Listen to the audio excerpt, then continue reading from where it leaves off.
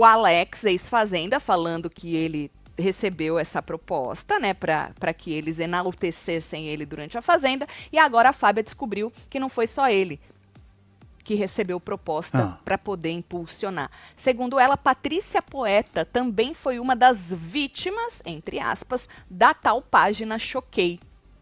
Diz que a coluna da Fábia apurou que há algum tempo a Choquei cobrou cerca de 50 mil reais da apresentadora para que pudessem fazer postagens a favor dela. Caso contrário, segundo a matéria, fariam posts para, entre aspas, destruir sua carreira.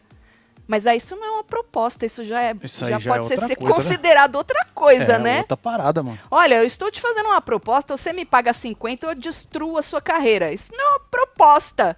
Eu também acho que não é não, hein? Isso pode ser chamado de outra coisa se isso aconteceu.